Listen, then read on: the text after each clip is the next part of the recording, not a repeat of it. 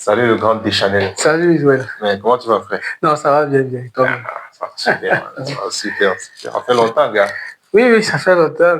On est là, on essaie toujours de s'intégrer, de mieux s'implanter dans le pays. Ouais, parfait. C'est pas évident, mais bon. Parfait. On essaye. En tout cas, je suis très content de t'avoir sur mon plateau. Je suis très content de t'avoir dans le cadre de cette émission. Voilà, qui va être publiée sur ma chaîne YouTube. Pour ceux qui me regardent, abonnez-vous sur la chaîne YouTube, activez la cloche de notification et laissez un pouce bleu parce qu'on va vous envoyer du lourd. Et du très lourd.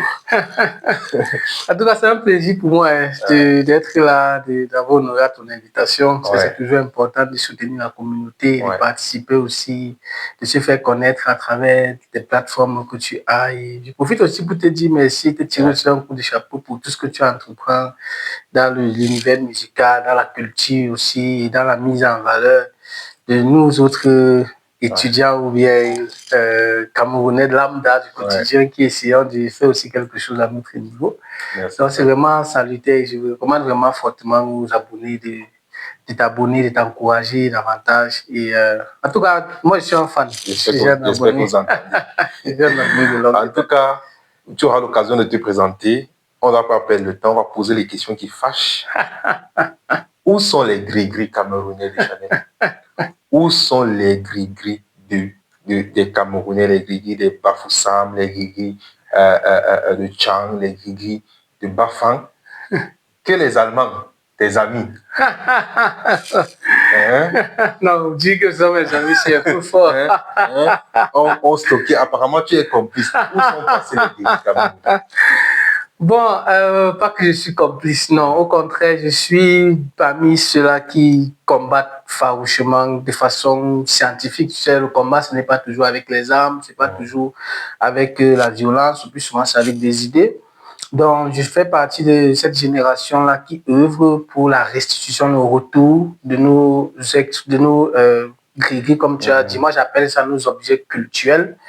Qui ont été importés pendant la période coloniale et qui sont stockés dans les différents musées ici, dont l'un là où je travaille, le musée Fünf Continent, ici à München. Le musée des 5 continents. Les 5 continents d'ailleurs, oui. Et donc, actuellement, par exemple, nous travaillons sur un projet qui concerne la communauté Fang-Biti. Il y a une sculpture là, ce qu'on appelle leur d'initiation, le saut, qui est un passage de l'âge adolescent à l'âge adulte. Et qui a été interdit pendant la colonisation, pendant la période coloniale par le général, le commandeur de l'armée de la Schutztruppe allemande, Hans Dominique. C'était Hans Dominique, oui, c'était exactement à 1801. Parce qu'il est arrivé là à partir de 1885, lors de sa pénétration à Yaoundé. Il a rencontré dans ce peuple avec qui il avait des relations plutôt cordiales. Mais après, s'entend que ce peuple était enraciné dans sa culture, dans ses cultes et crânes et dans une volonté d'imposer la religion chrétienne. Cela ne voulait pas s'y adonner. Donc, il a décidé donc de casser ce lien-là qui unissait ce peuple à ses racines, notamment le sceau. Donc, il a interdit la pratique.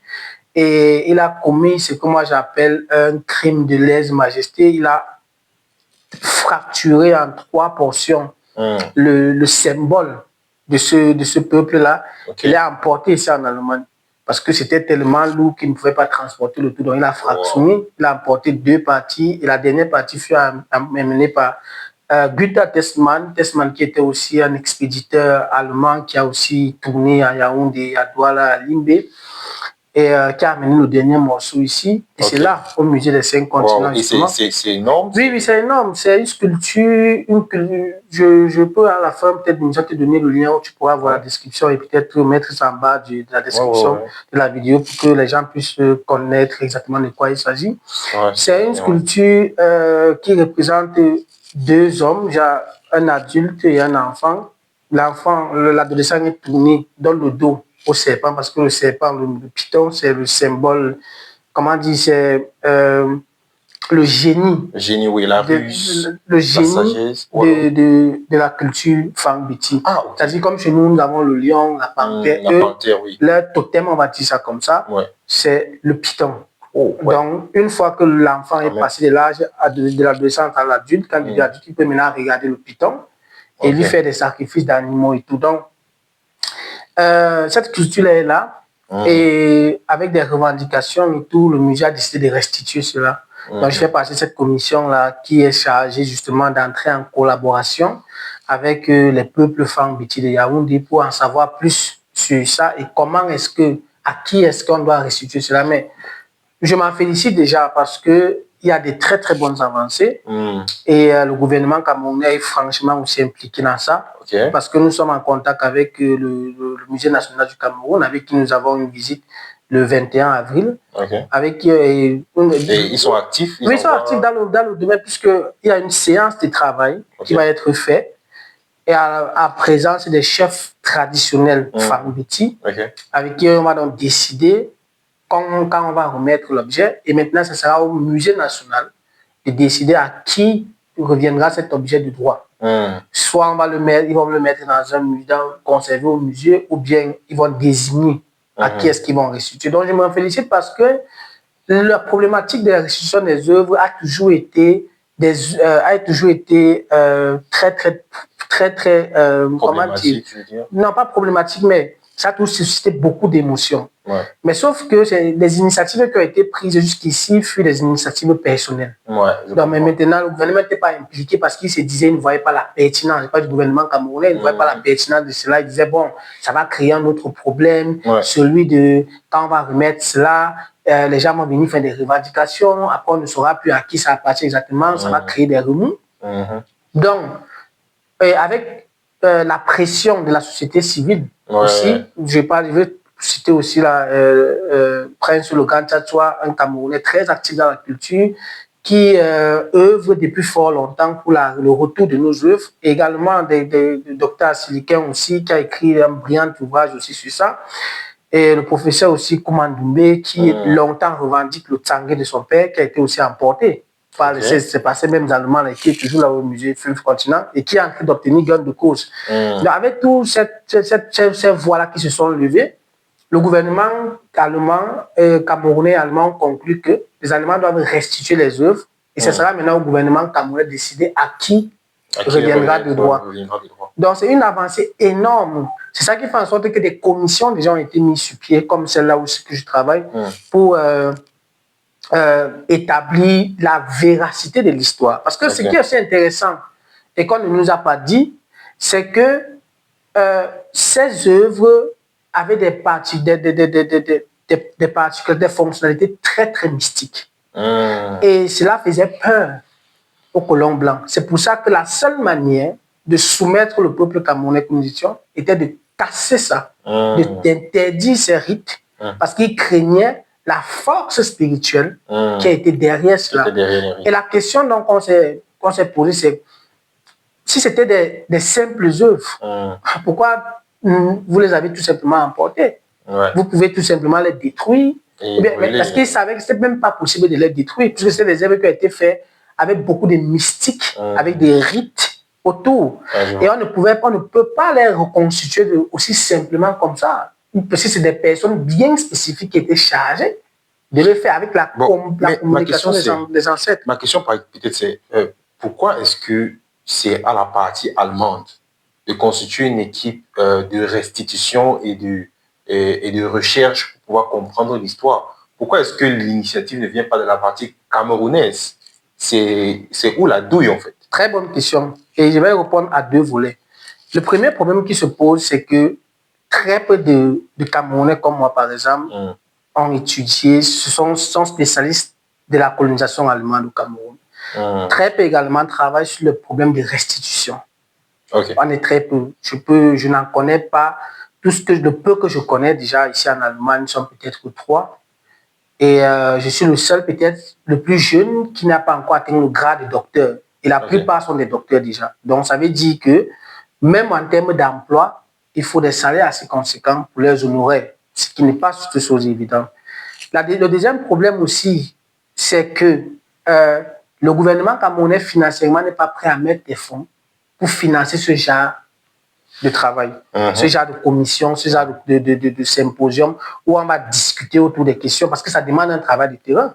Ouais, c'est sûr. Et je vais aller tout à l'heure, le mois prochain, pour un travail de terrain qui est entièrement financé par la Deutsche Kulturgutverlust, qui finance le projet sur lequel je suis en train de travailler. Le gouvernement camerounais n'a même pas mis en coupette. C'est pourquoi je me demande, mais c'est où la douille? Quel est le profit du gouvernement allemand de financer une histoire qui ne joue pas forcément en sa faveur? Bonne question. Le but derrière, c'est ce qu'on appelle, c'est ce que je vais appeler, on dit en allemand, le Wiedergutmachung, c'est-à-dire on est dans un processus de reconstitution et de réparation. C'est ça aussi. L'Allemand est conscient, c'est un peuple quand même, comment je peux dire, qui n'a pas honte, du moins qui a honte de son histoire, mais qui ne la renie pas. Donc, ils savent qu'avec les voix qui se sont levées, pour aussi faire le politiquement correct, il faut d'abord commencer par restituer. Parce que ce sont des initiatives, par exemple, qui ont été faites aussi par la France, avec le Bénin. Donc, l'Allemagne doit s'inscrire dans cette mouvement. Parce que c'est un débat qui était longtemps caduque. On n'abordait pas cela. On a beau attaquer les juridictions, le professeur Komandoumé a beau attaquer l'Allemand dans les juridictions, il n'a jamais obtenu gain de cause parce qu'il ne voyait pas la pertinence. Mais maintenant, plus de voix s'élèvent, plus les gens en sont conscients, plus il y a des réclamations, plus ils se disent, hey, enfin, pour ne pas être reprendre la politique du colon et du colonisé, si on parle véritablement d'un contexte de décolonisation, parce que l'expression, la thématique qui englobe tout ça, c'est la décolonisation des musées. Ouais, des musées. Des musées. Okay. C'est-à-dire, vous devez restituer ce que vous nous avez pris. Ça veut dire la décolonisation des musées européens. Donc, ça veut dire qu'il faut faire rapatrier tout ce qui n'est pas européen. Aux ayants droit. Aux ayants droit. Effectivement. Mais le truc, c'est quel est l'intérêt, tu vois, de rapatrier ces trucs? Oui, il y a un devoir de mémoire, tu vois. Mais on peut faire le devoir de mémoire, le devoir de restitution, sans pour autant organiser des groupes de travail, payer des salariés sur 8, 10, 20 mois et faire des restitutions en masse. Ça veut dire on n'a qu'à les parquer dans un conteneur et les envoyer au port de Douala. Ça, c'est... Oui, vas-y. C'est quoi le point, en fait, de se dire on va organiser des séances de travail, des séances de dialogue, de faire des documents de restitution, mais pourquoi? Vous savez, le point culminant de tous ces travaux est le fait que nous qui travaillons sur cette question avec les chercheurs allemands, on part du principe que ce sont des événements qui ont lieu au XXe siècle. Et la plupart n'y ont pas pris part, en quelque sorte. La plupart des personnes qui sont impliquées n'ont pas pris part. Donc, on travaille avec des sources, on travaille avec ce qu'on a comme archives et tout, et on retrace en quelque sorte l'itinéraire, la chronologie de la provenance de ces objets. C'est pour ça que mon travail à moi, en allemand, ça s'appelle Provenienzforscher. Provenienzforscher, ça veut dire chercheur de source de provenance. C'est-à-dire, je dois savoir où l'objet a été pris. On peut faire des restitutions, et c'est même ce qui a été fait, qui a été conclu en fait, au finish avec le gouvernement camerounais, que on va faire des restitutions de masse. Et vous allez décider comment vous allez gérer ça là-bas. Il n'y a pas de problème. Mais on gère par priorité. Et les priorités sont les réclamations actuelles. Ok, je vois. Tu vois, qui ont été faites bien avant que la décision fût prise. Magnifique. Donc, c'est ça qu'on gère d'abord. Et là, vu que les fonds sont alloués, il faut bien savoir, est-ce que les récits, les narratifs qui tiennent la route? Je comprends. Et je vais te choquer. Au musée où je travaille, j'ai remarqué, par exemple, qu'ils ne connaissent pas les 10 régions du Cameroun. Ils appellent, par exemple, une ville comme... J'ai vu des objets venant du Cameroun où la description disait Herkunft Buea Region. J'ai dit à moi, mais attention, il n'y a pas une région qu'on appelle Buea au Cameroun. C'est une ville, ce n'est pas une région. C'est peut-être le chef d'une région, mais c'est une ville. Il y a région Cameroun, région Bafoussam. J'ai dit, mais on doit réécrire tout ça, c'est des faussetés. Donc, c'est pour ça, dans notre rôle, c'est de rétablir justement la vérité. Parce que jusqu'ici, la vérité qui est sûre de la provenance de ces objets, est la vérité du colon de la partie adverse, de la partie oppresseur. Maintenant, donc, dans le cadre de mon travail, je m'avais vers les victimes, vers les descendants des victimes pour qu'ils me disent, mais d'où vient cet objet? Okay, quelle est la pertinence? On reviendra sur les détails par rapport à ta recherche et à ton voyage. Je vois qu'il est très, très chaud là, et c'est bien. C'est très bien. C'est très bien. Alors, deuxième question. On est qu'au début, hein? Ouais. Ça crépite, ça crépite. Deuxième question. Si tu devais naître une femme, ouais. Qu'est-ce que tu ferais? Si je devais naître une femme, la première chose que je ferais, c'est travailler sur mon indépendance financière. C'est la première chose que j'aurais dû faire, et me doter des valeurs qui vont me permettre, par exemple, de forger une société de femmes élites. Ok. Parce que ce qu'on remarque, c'est que longtemps, on a lézardé la femme dans notre société. Pourtant, la femme est le pilier de notre société. Et à chaque fois qu'on a donné l'opportunité à la femme de faire quelque chose, de laisser exploser son génie, on en a vu des résultats. Je prends un exemple très simple à côté de nous avec le pays dans lequel on vit, avec Angela Merkel. Depuis qu'elle a quitté la chancellerie, on voit ce que l'Allemagne est devenue. Mais avant elle a quand même donné beaucoup de pouvoir à l'identité féminine. Oui, c'était une femme forte, une femme qui dans sa fonctionnalité de femme puissante du monde et tout, ne négligeait pas par contre ses devoirs, on va dire ça, conjugaux. Voilà. Donc elle était avec un mari pour qu'elle cuisine. Elle se vantait de le dire. Donc ça veut dire qu'elle cuisine pour son mari. On peut être une femme, une bonne femme, une bonne mère et impacter sa société dans le très très bon sens. Et être une leader, être quelqu'un là qui forge une société consciente, une société forte. Ça c'est clair. Et c'est pas le rôle de l'homme. L'homme vient beaucoup plus avec l'autorité, avec l'ambition, la dévotion, mais la femme, elle est plus munitie, elle est plus ingénieuse. Donc moi, ce que j'aurais fait si j'étais une femme, premièrement, bâtir, chercher d'abord à avoir une indépendance financière, personnelle, et ensuite me doter des valeurs qui vont me permettre de transformer, du moins d'impacter mon entourage, d'autres femmes autour de moi, même des hommes aussi. Magnifique. Magnifique. Ok, maintenant, est-ce que tu peux te présenter face à la caméra pour ceux qui ne te connaissent pas? Bon, moi, c'est Kwame Nitank de Chanel. Je suis chercheur sur la source des provenances des objets qui ont été importés pendant la période coloniale allemande au Cameroun. Je suis en Allemagne depuis 2019.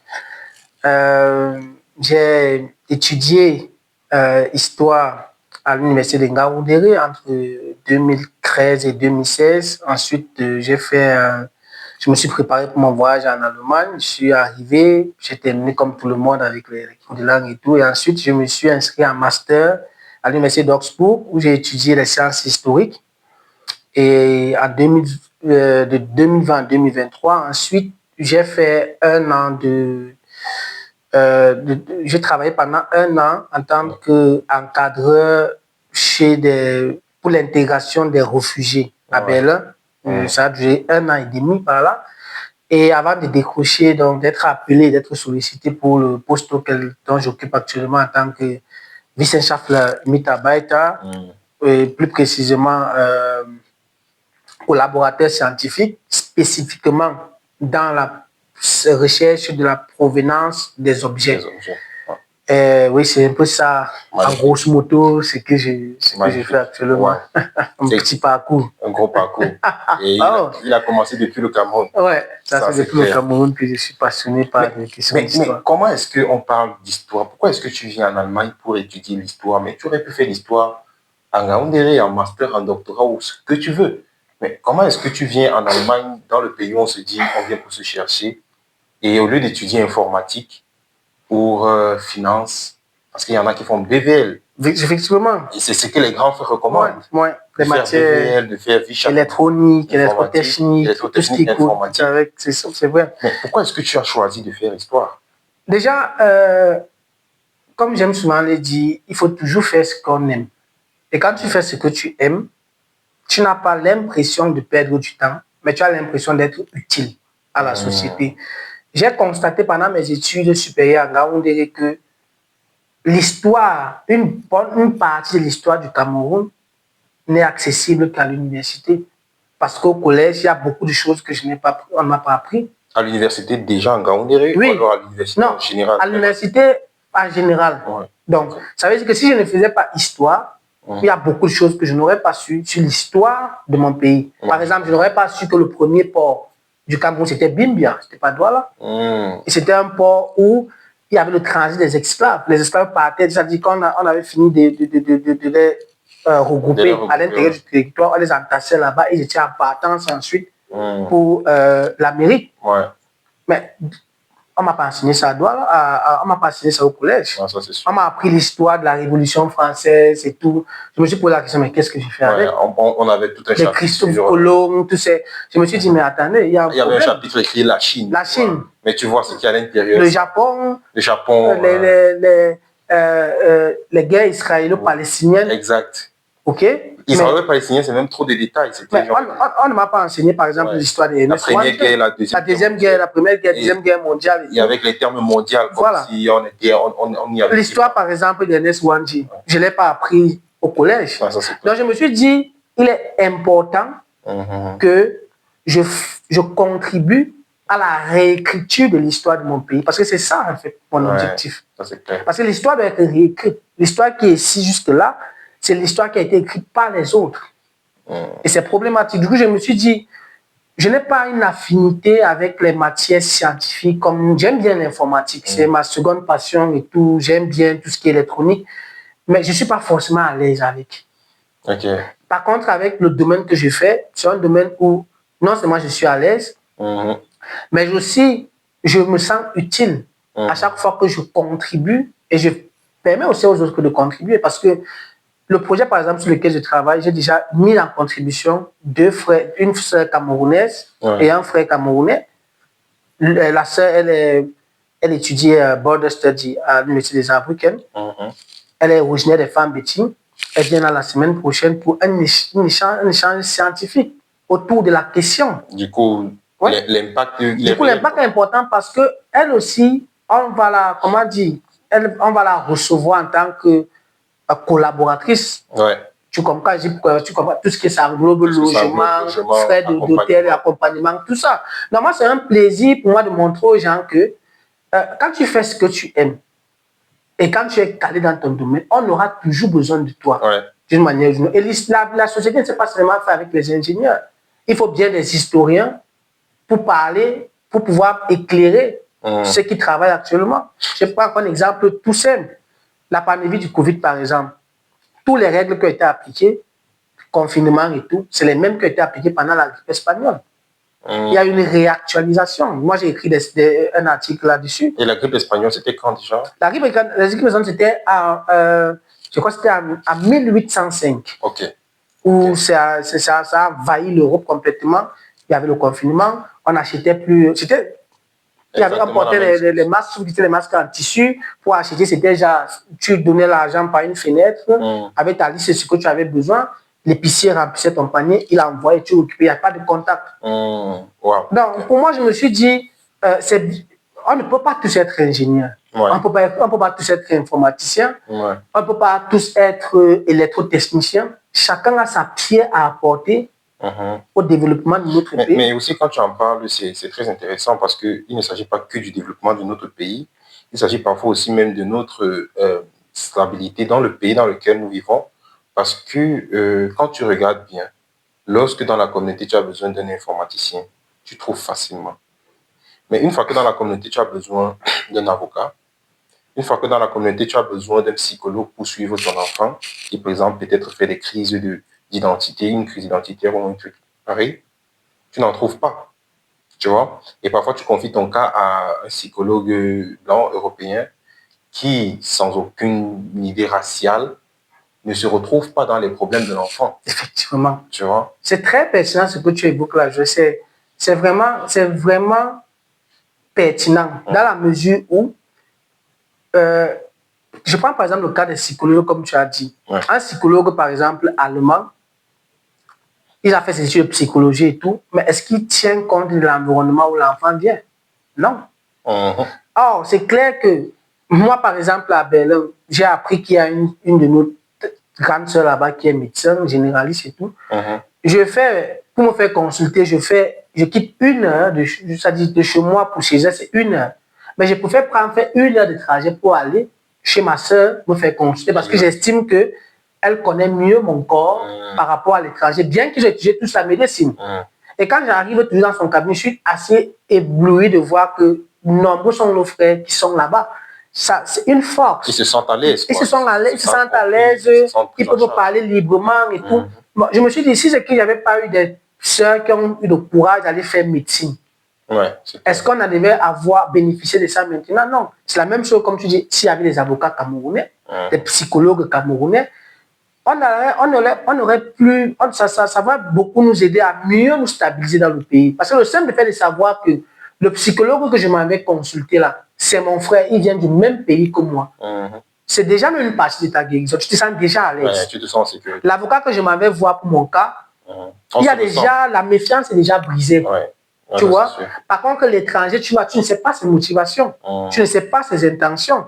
Donc, moi, j'encourage vraiment les gens à aller vraiment dans ce sens. Dans les domaines qui ne sont pas forcément ceux qu'on prévoit. Liés avec la technologie et tout ça. Immédiatement. Mais en plus, il y a de l'argent. Bien sûr, il y a aussi de l'argent parce que ce que les gens ne comprennent pas, c'est que, moi, je dis toujours, le système éducatif de ce pays n'a pas été fait pour que à la fin, tu chômes. Non. Moi, je dis, si une filière a été créée, c'est parce qu'elle a son utilité. C'est parce qu'elle a sa pertinence. Il y a des ouvertures, Quand je suis présent par exemple en Allemagne en 2019, avant de commenter mes cours de langue, j'ai eu des gens qui m'ont dissuadé de ne pas faire histoire, de ne pas continuer, que non, tu seras au chômage, ça ne va rien te donner, les Africains, c'est les matières littéraires, c'est les matières scientifiques, tu es un Camerounais, tu dois faire informatique et tout. Je dis, ok, je respecte votre avis, il n'y a pas de souci, mais je suis déjà là, et vu que les diplômes camerounais sont reconnus ici en Allemagne, pas besoin de faire encore un student collège, quoi que ce soit. J'ai dit d'accord. J'ai pris conseil auprès de mon père, qui m'a dit, ben non, postule la master. Si on te prend, vas-y. Et j'ai été surpris, agréablement surpris que pendant mon interview, pendant mon cursus, j'ai bénéficié des bourses. J'ai bénéficié des accompagnements. Mon projet de master a été financé. Je l'ai déposé, j'ai passé l'interview et tout. On a financé mon projet. Donc, je ne pense pas que s'il n'y avait pas une pertinence, on n'allait pas. Mais en plus, imagine encore ce qui est encore même, qui semble paranoïaque dans l'histoire. J'écris sur un thème qui discrédite en quelque sorte l'Allemagne, mais je me fais financer par une institution allemande. C'est ça le paradoxe. Donc, tu comprends le paradoxe parce que là, on est dans une. On se demande, mais qu'est-ce qu'ils y gagnent en fait? Voilà, on est dans une culture de bon. On a dit que la colonisation est terminée. Ceux qui font des recherches là-dessus, il est étudiant comme tout le monde. Il a choisi son thème est pertinent. Il a des arguments, on va le financer. Donc au final, il n'y a pas de... Il n'y a pas de barrière. Il n'y a pas de remords. Il n'y a pas de restrictions. De restrictions du genre... Il n'y a pas que parce que tu fais histoire, parce que tu vas peut-être écrire, peut-être, je ne sais pas, sur les crimes commis par les Allemands pendant la période coloniale au Cameroun. Tu vas déposer ton projet de thèse, ton projet par exemple de master. On ne va pas te financer parce que ton thème fâche. Non, le thème ne fâche pas. Si ça a été approuvé, il est soit pertinent, c'est la pertinence qu'on voit. Soit il est pertinent, soit il ne l'est pas. Mais ce n'est pas un thème mal orienté, politiquement incorrect. Voilà. Ou bien qu'il y a des visites. C'est clair que maintenant, dans la rédaction et tout, il y aura des orientations qu'il ne faudra pas prendre. Mais là, c'est avec ton encadreur que tu vas voir ça. Mais on ne va pas refuser de te financer parce que tu as un thème qui, d'entrée des jeux, fâche. On vous donne les mêmes chances qu'à tout le monde. Ça, c'est clair. C'est ça que les gens ne comprennent pas. Et aujourd'hui, je suis très fier parce que là où ce que je fais actuellement, je travaille, je ne suis pas au chômage, je travaille dans mon domaine. Et ça me permet maintenant que ceux qui m'ont dissuadé me donnent raison. Car en fait, finalement ça a payé. Parce que là, je m'avais en 10 Rise pour plus d'1 mois, tout frais payé pour une matière littéraire qui est même propre à mon pays. Mais on me finance pour aller faire des recherches dans mon pays. Je ne sais pas si tu vois un peu à quel degré il y a l'ouverture. Ça c'est clair. On juge la pertinence de ce que tu fais. Ça c'est clair. L'utilité de ce que tu fais. Et une filière qui est peut-être dit sans avenir. Sans avenir, selon nos conceptions. Selon les conceptions de la communauté et tout. Ouais. Bon, tu es très calé en histoire. J'aimerais que tu nous dises. Bon, je ne suis pas historien. Je suis encore dans mes débuts. On va dire ça comme ça. Pour toi, personnellement, quels sont 2 faits historiques qui ont marqué ta perception du monde? Quels sont 2 faits historiques majeurs qui, pour toi, t'ont fait, dès que tu as appris ces faits historiques, tu te dis, waouh, là, j'ai quelque chose. Alors, genre, ça, je vais adopter mon attitude par rapport à ça. Quels sont les 2 faits historiques qui t'ont le plus marqué? Le premier fait historique qui m'a vraiment marqué, et là, c'est dans mon domaine propre, c'est la signature du traité Germano-Douala du 12 juillet 1884. Ça m'a marqué parce que j'ai découvert pendant mes recherches la supercherie qui était à l'intérieur. Le traité qui a été signé le 12 n'a pas été le même traité qui est entré en vigueur le 14. Et fait surprenant encore, c'est que le traité englobait juste les chefferies Douala, Douala, Manga Aqua et Manga Bel. Aqua et Bel. Tout simplement la circonscription-là. Ça n'englobait pas, ça ne donnait pas accès aux Allemands sur tout le territoire. Et la première résistance qui s'oppose, c'est en 1885 à l'actuel Bonabé qui s'appelait avant Ikoritam. Qui est actuel Bonabé, où il y avait le chef Kouma Mbappé, dans son descendant aujourd'hui, professeur Kouma Ben, s'est opposé à l'installation des Allemands sur son territoire. Il a demandé, descendez-moi ce drapeau, le traité que vous avez signé ne nous engage en rien. En rien, ouais. Je comprends, ouais. Ils ont, face à la pression, ils ont descendu le drapeau. C'est la première résistance qu'il y a entre les Allemands et les Camerounais. Maintenant, Max Bühner, qui était le tout premier commandant de la Schutztruppe en Allemagne, avant qu'on installe les gouverneurs, parce qu'il fallait d'abord faire ce qu'on appelle la conquête de l'Interland, c'est-à-dire aller soumettre tous les territoires. Il a mis le Ikawitan à sac. Wow. Parce que le peuple là s'appelle les Bélé-Bélé. Et il a kidnappé la chose la plus sacrée que ces gens ont, le Tsangé. Il a porté cela, il a amené ça en Allemagne, c'est là, au musée des 5 continents. C'est-à-dire, ça a brisé complètement ce peuple-là. En récupérant le Tsangé, il a enlevé tout. Il a dépossédé le peuple. Il a dépossédé le peuple de tout son pouvoir. Après avoir brûlé les lieux sacrés là-bas. Parce que la première résistance, ils perdent. Hein. Ils perdent parce qu'ils sous-estimaient le peuple Bélé-Bélé. Ils ont perdu. Ils ont maté. Il a dû appeler des renforts. On a fait débarquer depuis l'Allemagne des chars et tout. La chute pour l'armée est venue avant de pouvoir les soumettre. Il a donc, comme guise de soumission, il a donc pris le Tsangé. Il est parti avec. Ça m'a marqué parce que ça change complètement la conception du fait qu'il y avait une quelconque accointance ou comment dire ça, acceptation du colon allemand après le traité Germano-Douala. Non. Donc ça veut dire que la signature du traité était entre le chef Bel. Oui, ça concernait uniquement les chefs Aqua et Bel, tout simplement. Aucun autre territoire n'était inclus dans ce traité. Uniquement les chefs Aqua et Bel. Et le traité même encore, tiens-toi tranquille, a eu encore des problèmes. Parce qu'il y avait des chefs, comme les chefs Sopo Priso, par exemple, les descendants de Locke Priso, le chef Locke Priso, qui étaient aussi contre parce qu'ils disaient que les Bels, Aqua et Bel, ont reçu de l'argent et des cadeaux. Et ils ont mal redistribué entre eux les chefs. Il y avait déjà opposition au niveau de ce traité. Sauf que les Allemands, avec leur caractère, comment dire, orgueilleux et dominant, se sont dit, bon, on a un document qui nous autorise à prendre position du territoire. Ils ont commencé donc ensuite par là, parce que Bonabé, c'est le Vouri. Il fallait absolument y avoir accès à la mer pour entendre des idées et tout. Ils sont donc allés, ils ont eu la première défaite. Ils ont débarqué l'armée pour soumettre ce peuple et enlever le pouvoir. Et cette Tsangé là, Dieu merci, comment s'est levé. il y a dans les revendications depuis, et je m'en réjouis parce que cette année, le Tsangé lui sera restitué. La décision est tombée, on va restituer son Tsangé, il va venir là en avril pour les dernières discussions. Okay. Donc ça m'a permis de montrer que non, il ne faut pas que les gens ont toujours tendance à dire le peuple Douala a été vendu, c'est eux qui ont vendu le Cameroun aux Allemands, c'est eux qui ont fait ceci. Mais attention, il y a eu des revendications, des oppositions, des gens qui étaient contre. Pas parce qu'ils voulaient absolument quelque chose des Allemands, non. Ils voulaient conserver leur souveraineté, que non, ici, là, nous sommes, on n'a pas besoin de vous.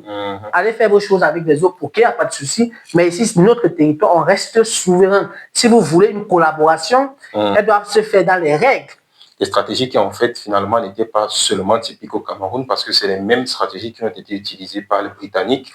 Bien sûr. En Inde, en effet. Bien sûr. En Inde orientale et... Oui, et au Pakistan. Les compagnies d'aide orientale, oui. Oui, parce que les compagnies signaient des contrats avec des chefs locaux et allaient plutôt payer les pays voisins. Payer les pays voisins, justement. J'ai envie de dire, on signe avec le local, le chef local peut-être Bengale, du Bangladesh, et puis on utilise l'armée et le personnel du chef Bengale pour aller piller le Pakistan, pour aller piller peut-être l'Inde en elle-même. Je crois que c'est des stratégies très bien connues dans la politique coloniale de l'époque. Ouais. Oui, effectivement.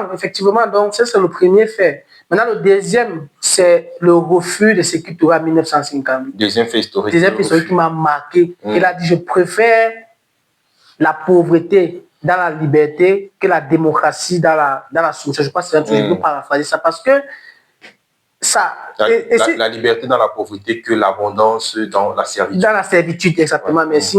Ça montre que, et quand tu vois le cas, on a beau reprocher tout ce qu'on peut reprocher à Sékou Touré, mais cette audace-là, à cette époque-là, c'était pas donné à n'importe qui.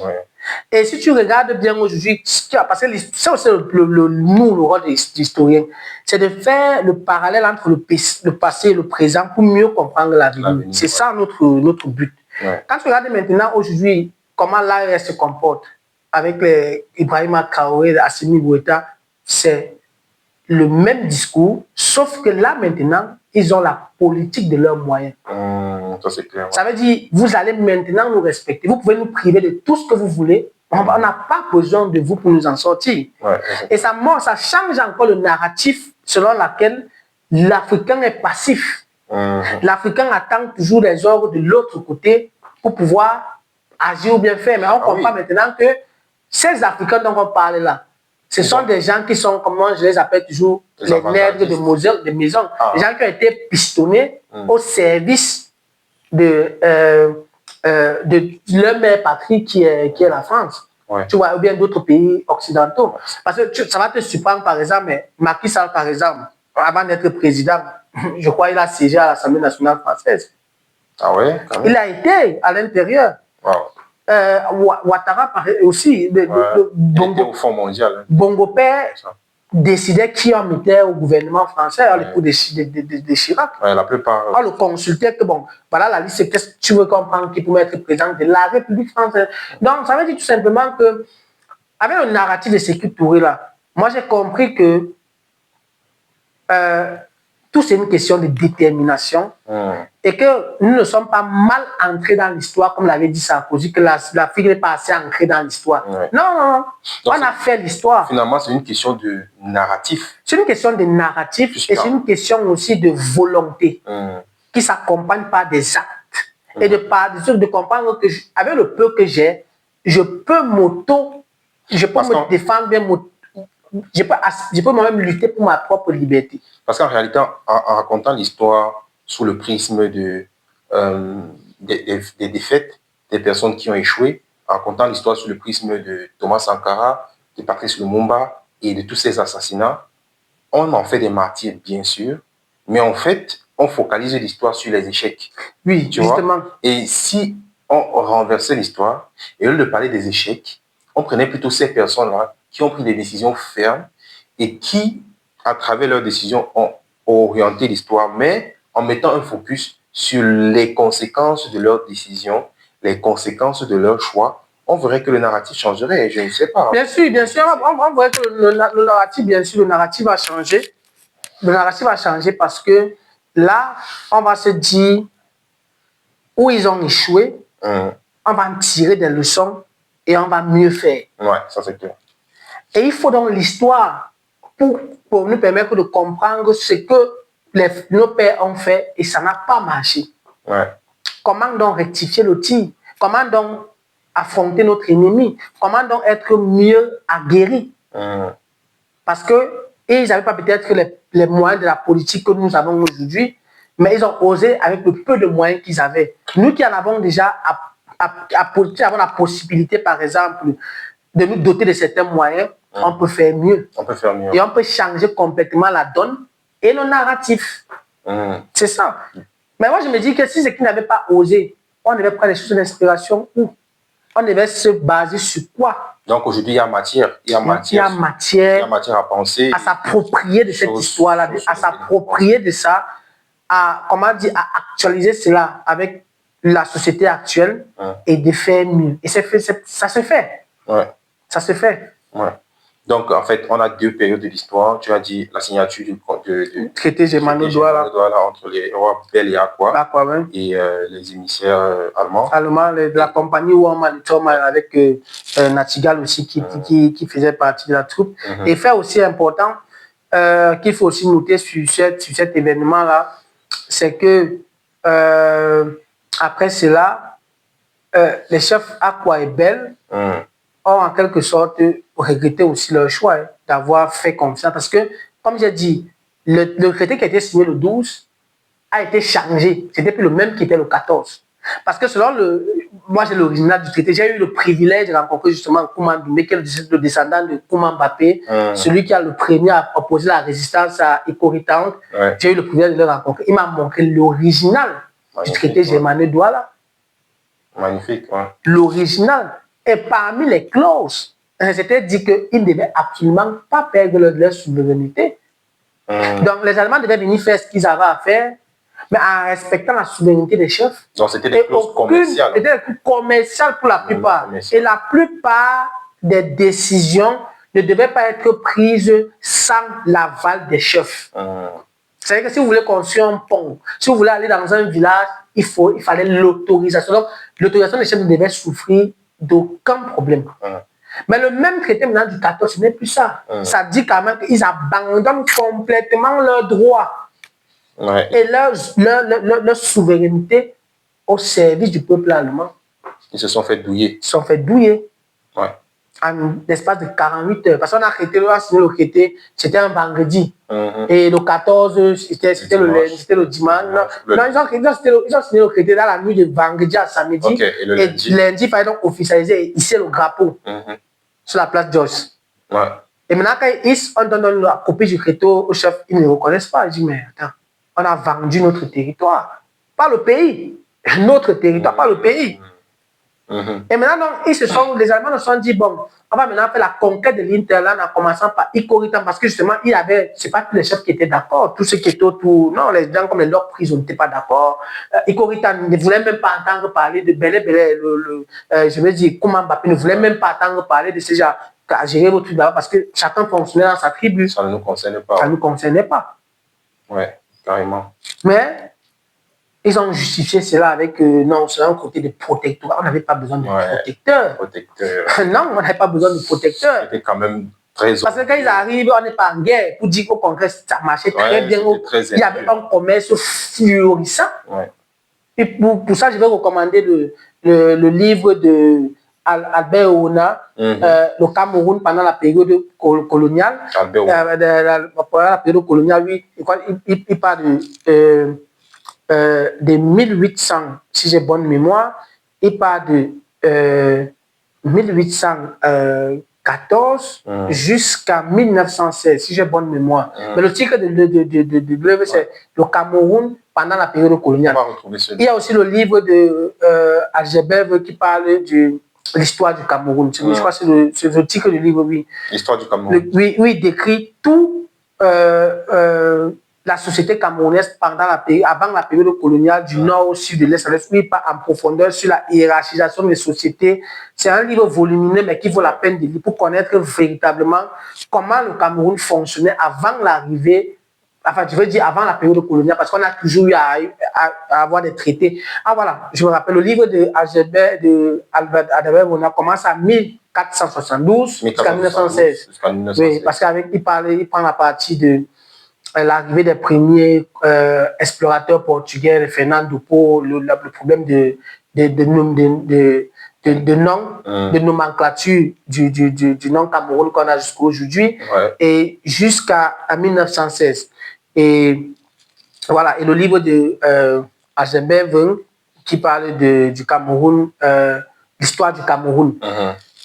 Donc, quand tu vois ça, tu comprends que c'était une partie de l'Afrique assez prospère, parce qu'on échangeait, on commerçait avec nos frères du Nigeria, on commerçait avec nos frères qui venaient du Tchad, un peu de partout. Il y avait un commerce florissant. On parlait même d'un commerce récemment avec un ami, le commerce du tissu Ndop, qui était en réalité un cercle vertueux entre l'Ouest Cameroun et le Nord Cameroun. Ça veut dire que le coton était tissé dans le Nord Cameroun, et puisque dans le Nord Cameroun, il n'avait pas les teintures nécessaires, ce coton qui était tissé, en fait, c'est plutôt le coton qui était acheté dans le Nord. Dans le Nord, et était tissé à l'Ouest Cameroun, pour être reteinté dans le Nord, et revenir dans le Sud pour vendre, parce que c'est les gens du Sud qui aimaient bien le tissu.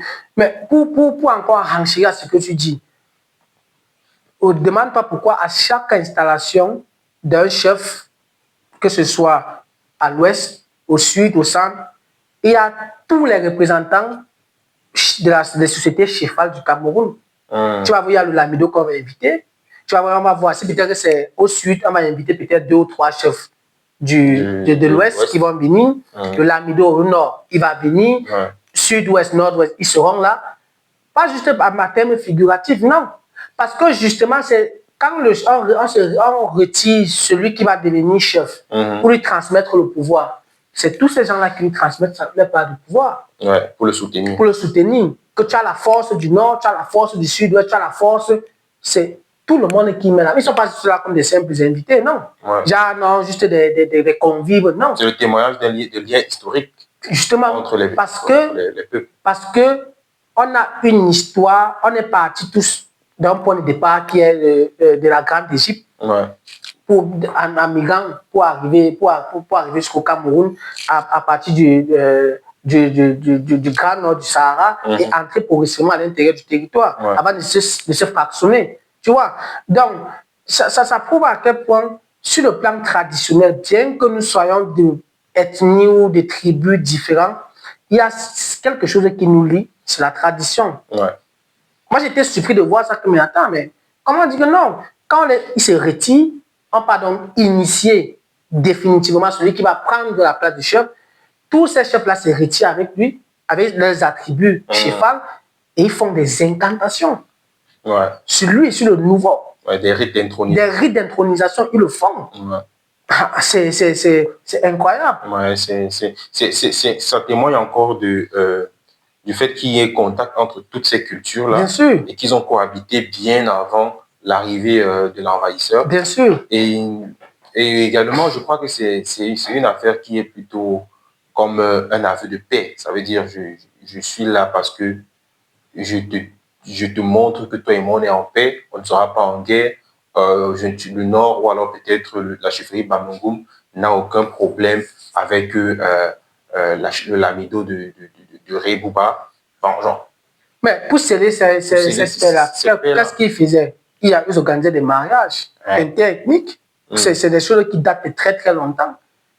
Que non, bon, pour considérer la paix qui règne entre nos peuples, bon, on va se marier, tu vas juste donner ma fille, tu vas prendre ma fille pour ton fils et tout, pour tisser les liens. Ça, c'est clair. C'est des choses que malheureusement, si on ne va pas en profondeur, on ne pourra pas comprendre cela. Mais une fois qu'on l'a fait, il faut donc partager le savoir avec les autres. C'est pour ça que notre rôle aussi n'est pas à l'est dans la société, il est même prépondérant. On a besoin de chercheurs. On a besoin de chercheurs pour nous permettre qu'on puisse éclairer la société. C'est clair.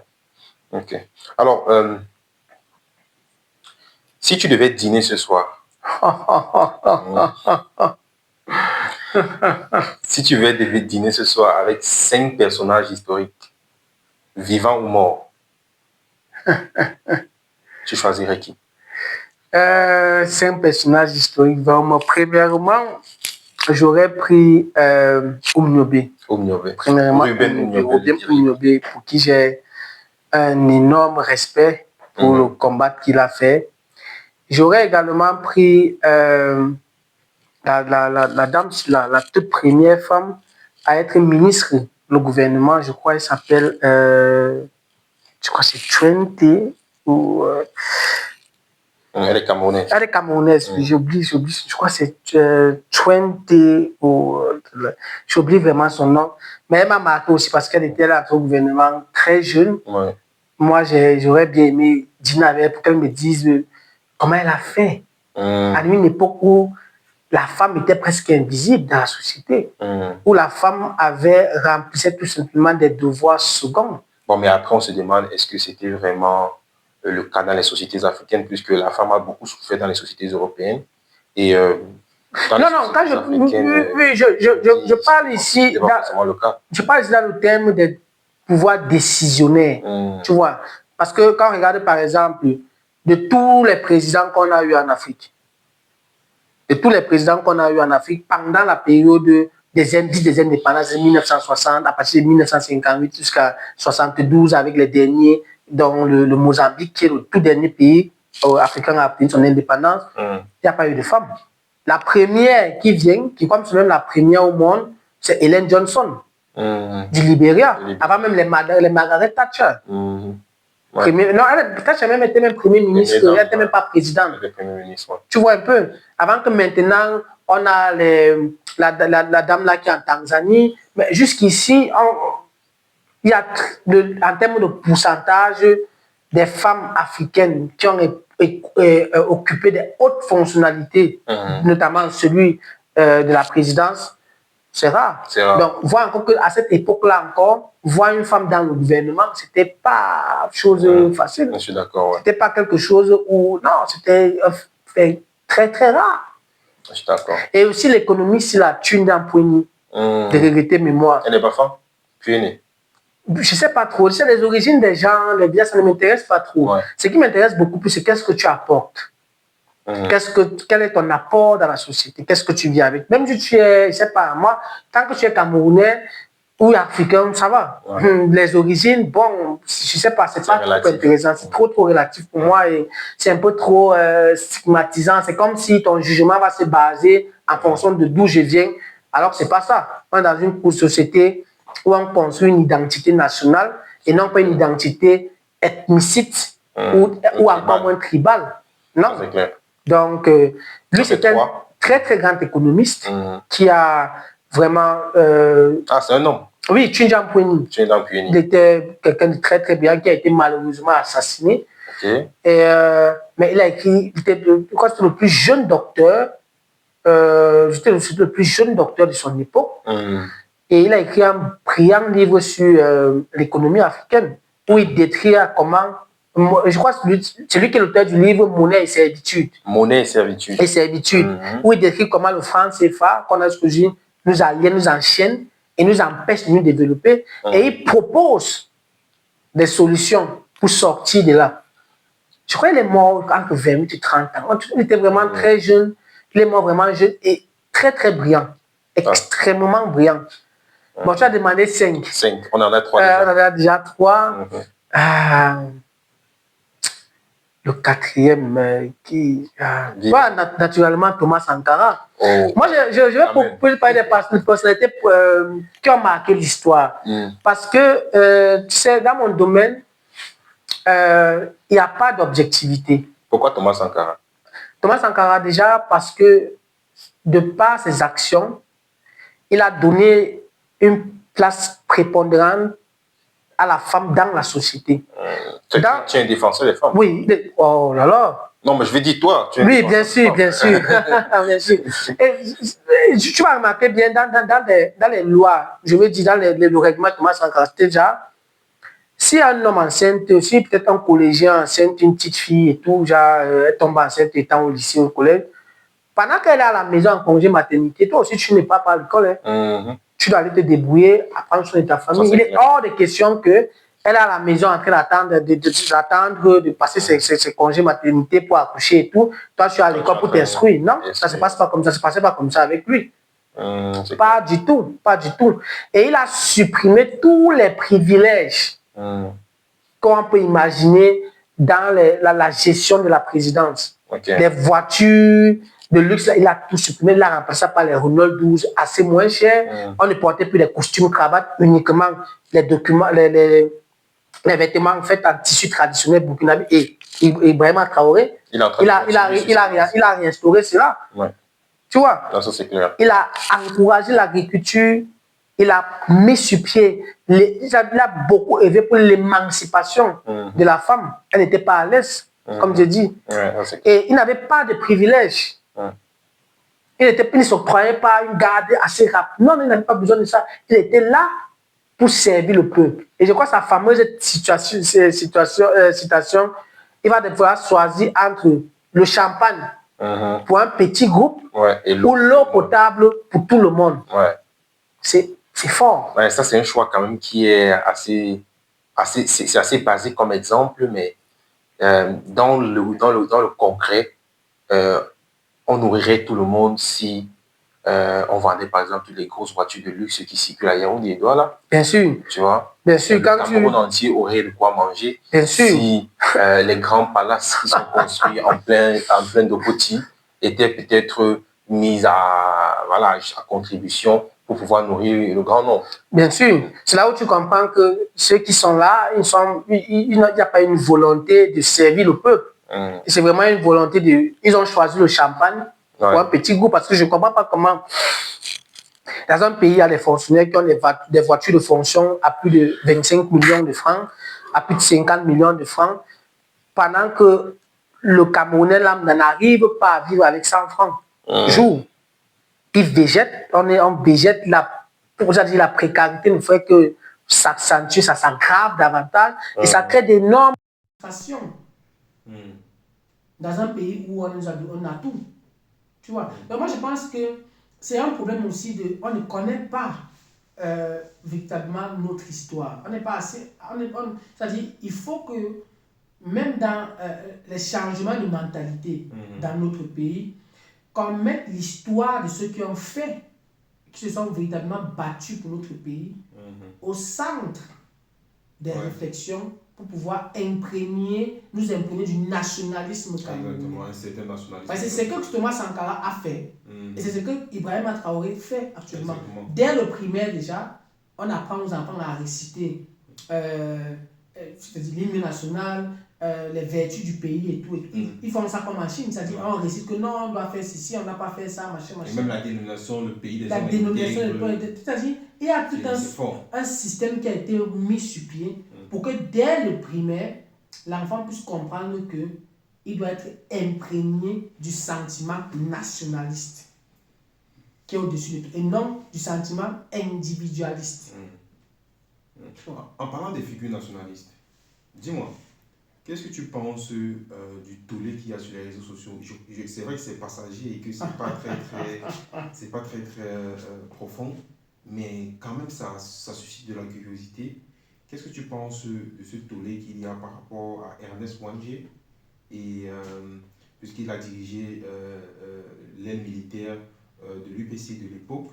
Et qu'est-ce que tu penses de ce document qui accuse cette branche militaire-là d'avoir, je ne sais pas par quel miracle, récupéré des terres dans le Mungo pour installer des personnes qui étaient fugitifs à l'époque? Qu'est-ce que tu en penses? Tu sais, Joël, comme je le disais à un ami dernièrement, que nous, les Africains, on est trop réactionnaires, trop émotifs et tout, et ça fait en sorte que, à force de réagir avec l'émotion, on perd complètement la lucidité. Moi, j'ai posé la question à un papa que pourquoi est-ce que le débat sur les faits et les méfaits de Ernest Ouandjé de regretter mémoire surgit à l'aube des élections où le procès doit être fait sur la gestion du pays de ceux qui nous gouvernent. Est-ce que ce n'est pas une stratégie pour nous éloigner de la pour nous dire que, bon, oui, en fait, ce que vous voyez comme les zéros là, bon, il n'a pas été aussi bien que ça, machin. On s'éloigne du véritable objectif. C'est une distraction politique. C'est une distraction politique savamment orchestrée. Moi, j'ai pris ça avec les personnes, j'ai compris que, j'ai dit que c'est un débat qui n'a pas lieu d'être. C'est un débat faux parce que aucun révolutionnaire, personne sur cette terre n'a libéré son peuple sans avoir commis des exactions. Je dis bien personne. Du général de Gaulle, passant par soit Hitler, que ce soit même ce Sankara-là, il y a eu des révolutions où ils ont dû tuer leurs frères pour prendre le pouvoir. Parce qu'à un moment donné, c'est la souveraineté, c'est-à-dire c'est la volonté du peuple qui primait sur les intérêts individuels. Mais vous ne pouvez pas venir chercher quelqu'un, il doit bien se défendre. Ça, c'est clair. Il doit bien se défendre. Bon, mais après aussi, l'accusation est un peu trop forte. L'accusation même, elle est erronée, elle est même fausse, à la limite, parce que quand tu vois les sources que ces gens utilisent pour justifier ça, moi, ça m'a un peu choqué de voir un brillant homme que je respecte beaucoup, le professeur Charlemagne Messiaen. Je ne suis même pas en mesure de parler de lui. Mais le fait qu'il utilise les archives coloniales militaires français pour pouvoir juger, mais attends, ça n'a aucun sens. Tu oublies que l'histoire a été écrite par l'oppresseur. Comment tu veux prendre la crédibilité de l'oppresseur, tu veux prendre ça pour justifier, mais attention, il n'y a aucune cohérence. Il n'y a aucune cohérence. Maintenant, quel est le but donc de ça? Parce que c'est ça la question. Quel est le but maintenant, après des années, après que même le chef de l'État, parce que le chef de l'État comment on dit ça, l'a élevé au rang de héros. Il n'était plus considéré comme un maquisard. On les a rétablis, quoi. Il les a rétablis, justement. Vous venez aujourd'hui, à quelques mois des élections présidentielles, remettre un débat qui n'a pas lieu d'être. Parce qu'en fait, un problème de terrain, un problème de terre est un problème judiciaire. Tout simplement, c'est un problème judiciaire. Donc, ok. C'est du foncier. On parle même sur la base que oui, il a pris ces terrains, machin, mais est-ce que Ernest Wandi se battait pour les terrains? Est-ce qu'il est mort pour les terrains? C'est la question. Il n'est pas mort pour les terrains. C'est la question. Il n'est pas mort pour les terrains. Il ne se battait pas. Il n'est pas entré dans l'opposition, dans le maquis pour les terrains. Il est entré parce que, comme quelqu'un l'a dit, on a donné l'indépendance à ceux qui n'en voulaient pas. Et on en a refusé à ceux qui voulaient. Et on a exterminé ceux qui voulaient. On a exterminé ceux qui voulaient l'indépendance. Donc, c'est un débat. On ne peut pas venir questionner, comment dire, la crédibilité de nos zéros. C'est pas on ne peut pas les faire le procès là, mais ils ont fait ce qu'ils pouvaient, ils ont fait leur part. Ça, c'est clair. Ils se sont battus avec les moyens de bord. Ça, c'est clair. Mais je prends encore un exemple simple. Ibrahim Traoré, même avant de faire le coup d'État, est-ce qu'il n'y a pas. C'est des révolutions de palais, mais c'est clair que s'il y avait riposte, il devait riposter, il se protégeait, il savait parler. Contre Daniba, l'ancien, je crois qu'il était aussi capitaine ou commandant, un truc comme ça, celui qui a fait le tout premier coup. Justement, ça c'est même des exemples. On a un peu foncé dans l'histoire avec Jerry Rawlings du Ghana. Ancien parachutiste, mais qui a vu comment la volonté du peuple ne primait plus. Le président en place d'alors s'était entouré, c'est-à-dire d'une oligarchie et bradait les ressources du pays. Il a décidé de prendre son destin et de faire un coup d'État. Il a récupéré son pays. Il a stabilisé son pays, il a refait des institutions avant de remettre le pouvoir aux civils. C'est là où les Uhuru Kenyatta entrent en scène. Donc, à un moment donné, on ne peut pas revenir questionner les bonnes, les mauvaises actions de nos zéros. La finalité, ils l'ont fait pour quel but? Parce que c'est le cas, il n'y a pas de comment dire, il n'y a pas de guerre sans. Comment dire? Il n'y a pas de guerre sans. Je trouve aussi que c'est idiot de mettre le nom de Ernest Wandi sur la place publique parce qu'en réalité, il s'agissait d'un groupe, il s'agissait de l'UPC qui était quand même. Une force politique. Une grosse force politique qui était un groupe mixte, mélangé. Il n'y avait pas que des Bamileke, le fondateur, il était des Bassa. Effectivement. Le fondateur Ruben Omiobe, ça n'a rien à voir avec quelque chose. Parce que je pense que le problème est soulevé sous le fond. Le prisme de la tribu. Ouais, de la tribu et d'un faux problème tribal qui ne va jamais prendre vraiment racine parce qu'il n'y a pas de Bamileke mauvais ou terroristes au Cameroun. Il y a des revendications qui englobent la plupart des figures de chaque peuple. On parle de Séné Afana. Osane Afana. Ça veut dire que si vous condamnez Ernest Wandji, vous condamnez aussi Oui, ce qu'on a, les jeunes, enfin, vous condamnez Félix Mounier, vous l'avez fait. Mais ça veut dire, c'est un faux débat qui vise à distraire le peuple sur les véritables enjeux actuels. Parce qu'ils ont compris qu'on n'est pas dupe.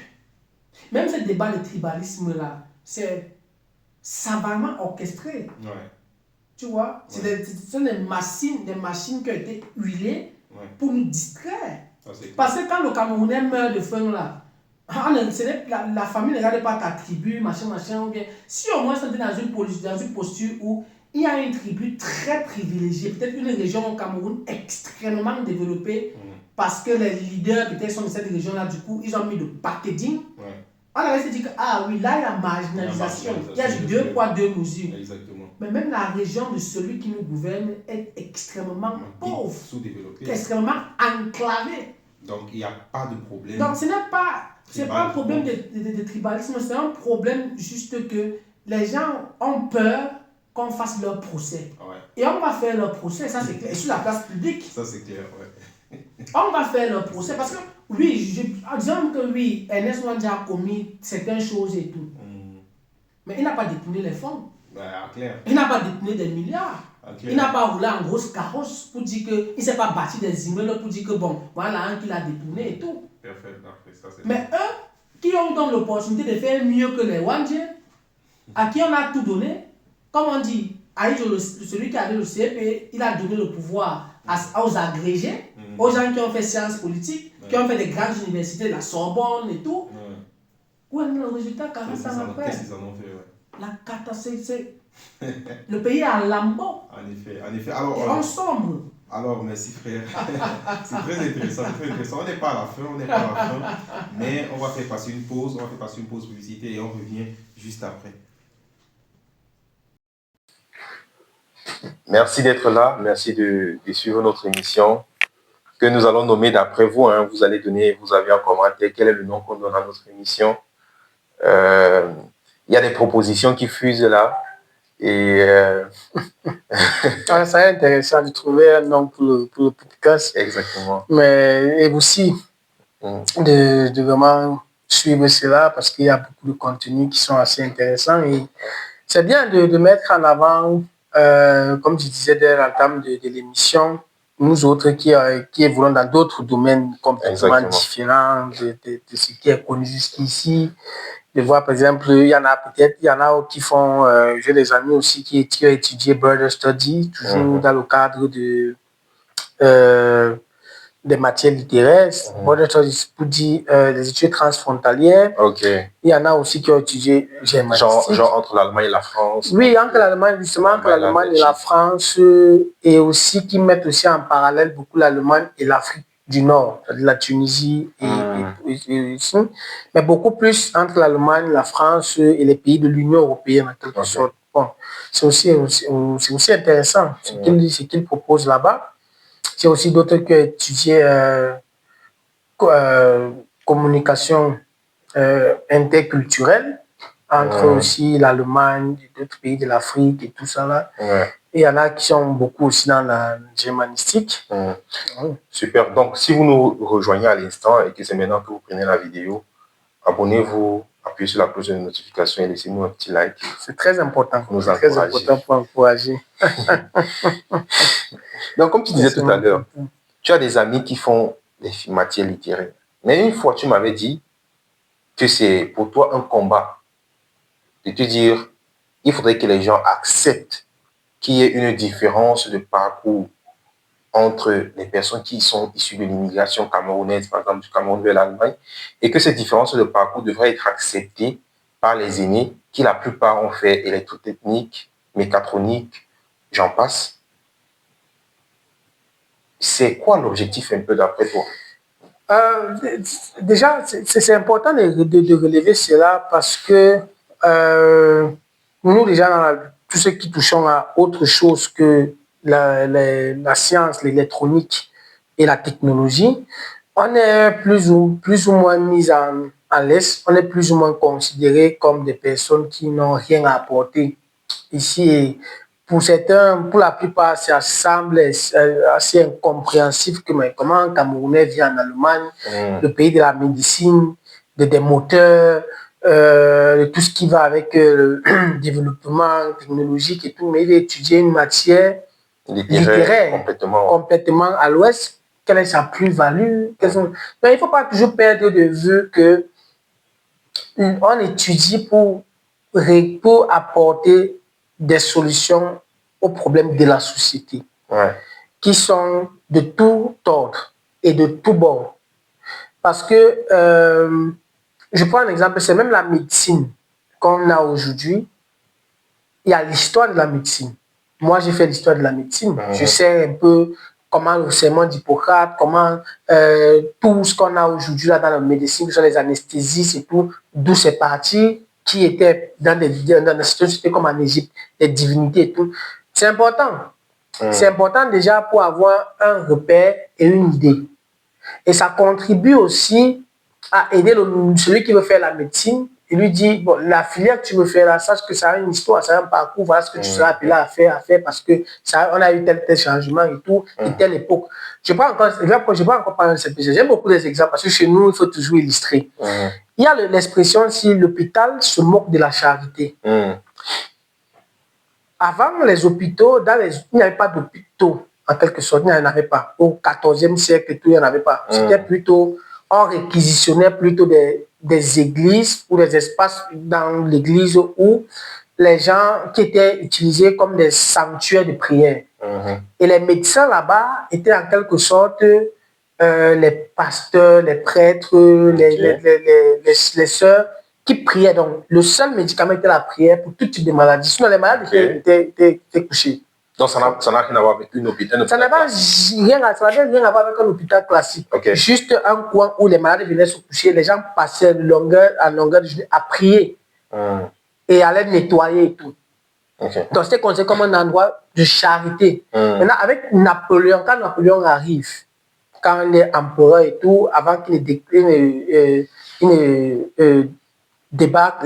déclare la guerre je crois que c'est la guerre de Waterloo, en 1807, si j'ai bonne mémoire, il décide que ceux qui étudiaient la médecine dans les universités d'alors, c'est-à-dire les centres de recherche d'alors qu'il y en avait à cette époque-là, ils devaient sortir de là et venir plutôt là où il y avait des malades et être en contact avec ces malades et commencer à les soigner.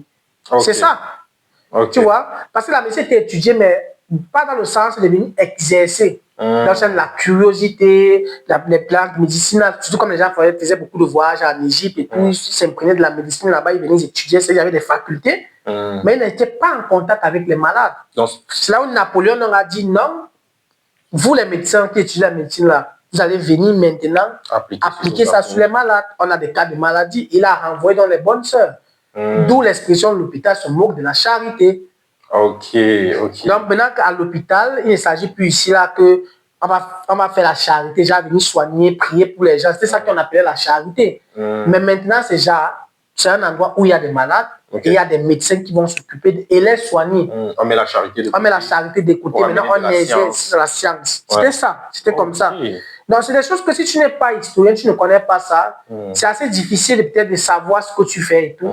C'est clair. Donc, moi, mon combat, c'est de laisser ceux-là qui veulent étudier, qui viennent en Allemagne et qui veulent étudier autre chose que les matières technologiques, étudier. On est trop stigmatisé, on est trop jugé. Mais pourtant, dans le système, nous ne sommes pas traités différemment des autres. Mon ami, par exemple, qui étudie Border Study, qui a étudié Border Study, il a aujourd'hui en thèse, il a bénéficié d'une bourse de 3 ans pendant son cursus de Border Study. 3 années a été complètement financé. Mais est-ce que finalement, le souci ici, ce n'est pas au niveau de la stabilité financière et familiale? Et familiale, je veux dire, parce qu'à un moment, après les études, tout le monde ne veut pas faire la recherche, tu vois. Parce que faire de la recherche, c'est une consécration. Une consécration, effectivement. Et si on se dit, par exemple, ce qu'on veut pour nos enfants, ou ce qu'on veut pour nos petits frères, c'est qu'ils aient une bonne carrière, qu'ils puissent nourrir leur famille, et envoyer peut-être le surplus en Afrique. Mais est-ce qu'une carrière, par exemple, en histoire, te permet d'envoyer de l'argent en Afrique? Déjà, la recherche est un choix. C'est pas une obligation. C'est-à-dire, quand tu étudies, par exemple, histoire, littérature, germanistique, Burden Study, la finalité à la fin, c'est pas que tu deviens chercheur. Chercheur, c'est toi qui décides de pousser ta réflexion, peut-être pour avoir un certain statut. Mais il y a des débouchés. Je ne connais aucun de mes amis qui ont étudié une matière littéraire qui est au chômage. Personne. Oui. Ils gagnent même super bien la vie. Mon ami qui est doctorant, avant d'être doctorant, il travaille dans une grosse boîte à la JFA. La JFA, c'est il y a le deuxième employeur en allemand, c'est la GIZ, German International Zusammenarbeit. Ensuite vient la JFA. Et ils sont plus dans l'agriculture et tout. Il a travaillé là-bas, il a occupé un poste assez conséquent. Et actuellement, malgré qu'il est docteur, il est doctorant, il a un poste de freelance de consultant de la JFA, c'est-à-dire quand ils ont des boulots à faire au Cameroun, on l'envoie. Il est payé 300 € au jour. Quand il n'a pas fait ses consultations, logé, nourri et tout. Il n'a pas fait, il ne connaît rien en informatique, à part peut-être ce que tout le monde doit connaître, l'ordinateur et tout, mais l'IA, tout ça, non. J'ai une autre qui a terminé, elle travaille aussi à Filmanti, ils font dans les lunettes là, mais sauf qu'elle est dans le département de traduction, où elle gère la clientèle, elle a fait communication interculturelle justement, elle gère la clientèle francophone de Suisse, de la branche Filman.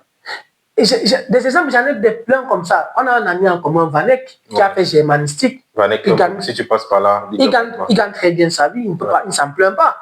Il n'a pas un salaire. Si on le place l'ingénieur et lui, il n'y a pas trop une grande différence en termes de début, parce que ce n'est pas comme si, au fur et à mesure que tu augmentes, en fait, quand tu gagnes en expérience, ton salaire normal, ça augmente. Moi également, là où je travaille, je ne vais pas tout simplement dévoiler mon salaire, ma catégorie, pour faire preuve de prétention, mais j'ai une catégorie assez conséquente. Tu vois un peu. Donc, je suis dans une catégorie assez vraiment, comme je dis, vraiment, pour quelqu'un qui débute, c'est un peu waouh. C'est très, très intéressant en termes de... Et là, c'est même parce que je n'ai qu'un petit master et que je suis un débutant et tout. Si j'avais déjà un doctorat, j'allais gagner un peu plus. Tu vois. Donc, le système n'a pas été fait pour qu'une couche de la société soit mise en branle. Et je dis toujours, le système universitaire allemand a été conçu de telle sorte qu'à la fin de tes études, tu as un travail dans ce que tu as fait. Moi, je n'en connais pas qui chôment. Et tous les problèmes qu'on a eus, les autres en ont rencontrés. Avant, quand tu finis peut-être avec ton école, ton master, tu peux peut-être chercher le travail, tu dois postuler un peu de partout, tu as des rejets, tu as des refus. Nous tous, on est passé par là. Que tu sois technicien, ou informaticien, il y a d'abord une période de crise. Tous ceux que je connais qui ont étudié ces filières-là, ils sont passés par là. Donc, ce n'est pas comme si le système nous trie. C'est juste que s'il y a le besoin, on va te prendre. Si tu postules et que tu es compétent, on va te prendre. Tu peux aussi faire mécatronique et à la fin, il n'y a pas de besoin dans la... Il n'y a pas du moins, il n'y a pas de besoin à l'immédiat. Tu vas d'abord peut-être prendre un temps pour pouvoir chercher, postuler un peu de partout avant d'être recruté. Mais ce qui est surtout où tu vas travailler, mais tu n'es pas donc différent du littéraire, tu n'es pas différent, je ne sais pas, de l'informaticien. Tu n'es pas différent de celui qui est passé aussi à l'université comme toi. Linguiste. Donc moi, mon combat, c'est qu'on laisse les gens, on laisse ceux qui veulent faire des matières littéraires, qui s'y sentent bien, le faire. Parce que le gros problème qu'il y a dans notre communauté, c'est que quoi? Quand les gens, j'ai rencontré beaucoup de personnes ici que, quand ils sont arrivés, on les a orientés vers des filières, qu'on a cité là, électrotechnique et tout. Après 3, 4 ans, 5 ans, ils n'ont même pas pu finir, ils n'ont même pas pu valider un semestre parce qu'ils ne comprenaient rien.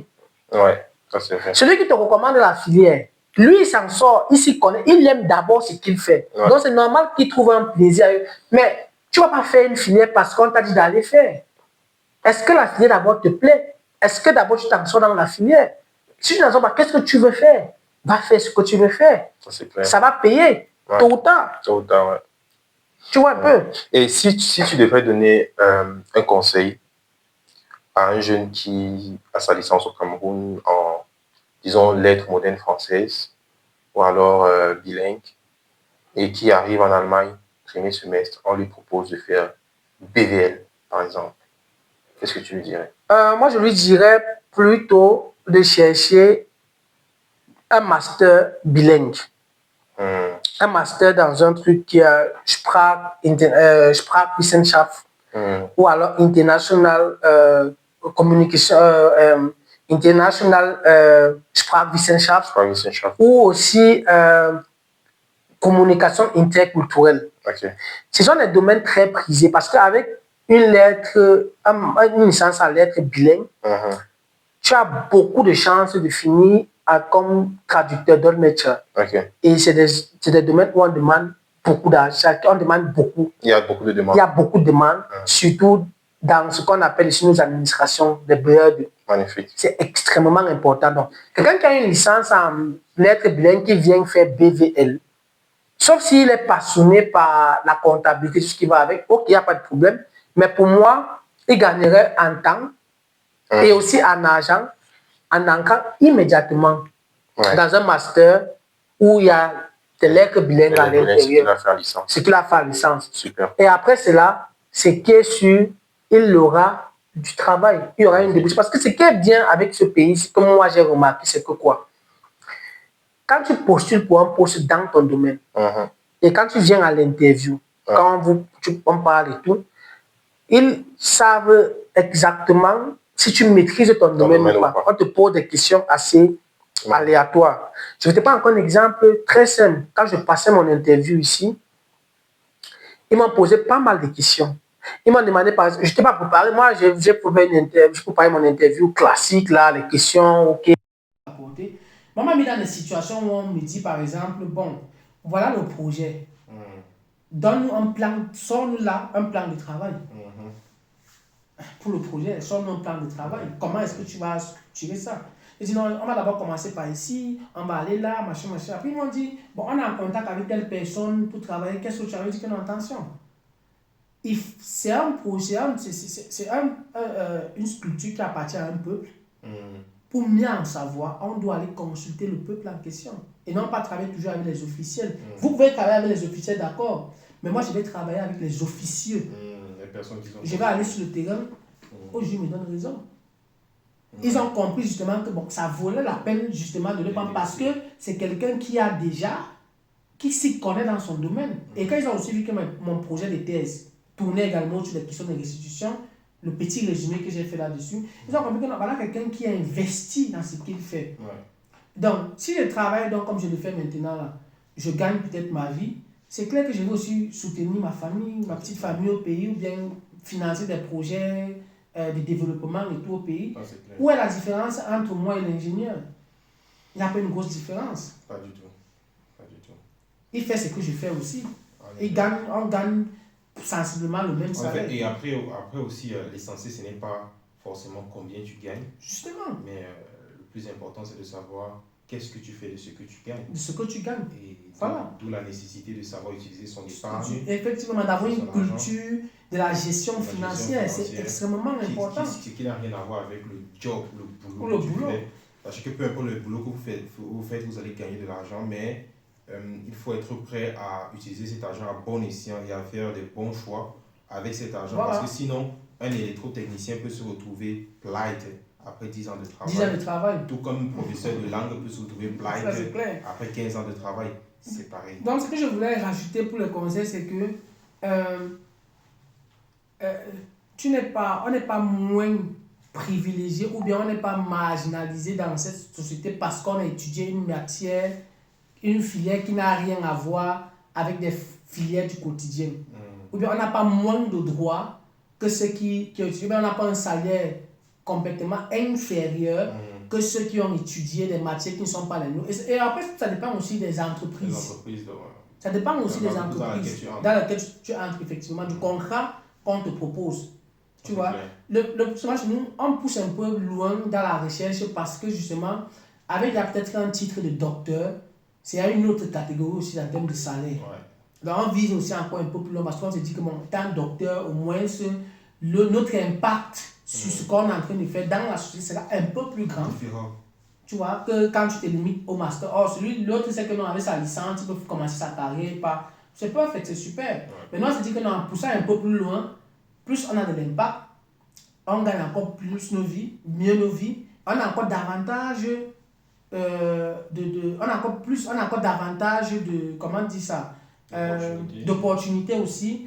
On est de plus en plus sollicité pour la rédaction des articles et tout. On a appelé à la contribution dans les travaux scientifiques qui ont leur impact sur la société. Comme l'ingénieur est en train de travailler peut-être à développer un logiciel pour améliorer par exemple le trafic routier à Douala. C'est comme ça que l'historien aussi est aussi en train de travailler de son côté pour qu'on puisse restituer ce qu'on a volé au peuple Douala, qui fait partie de la culture Douala. Donc on finit, nous œuvrons tous pour le rayonnement de notre pays à l'extérieur, à l'international. On œuvre tous pour apporter une contribution au développement de notre pays sur tous les plans. Personne n'est mis à l'aise.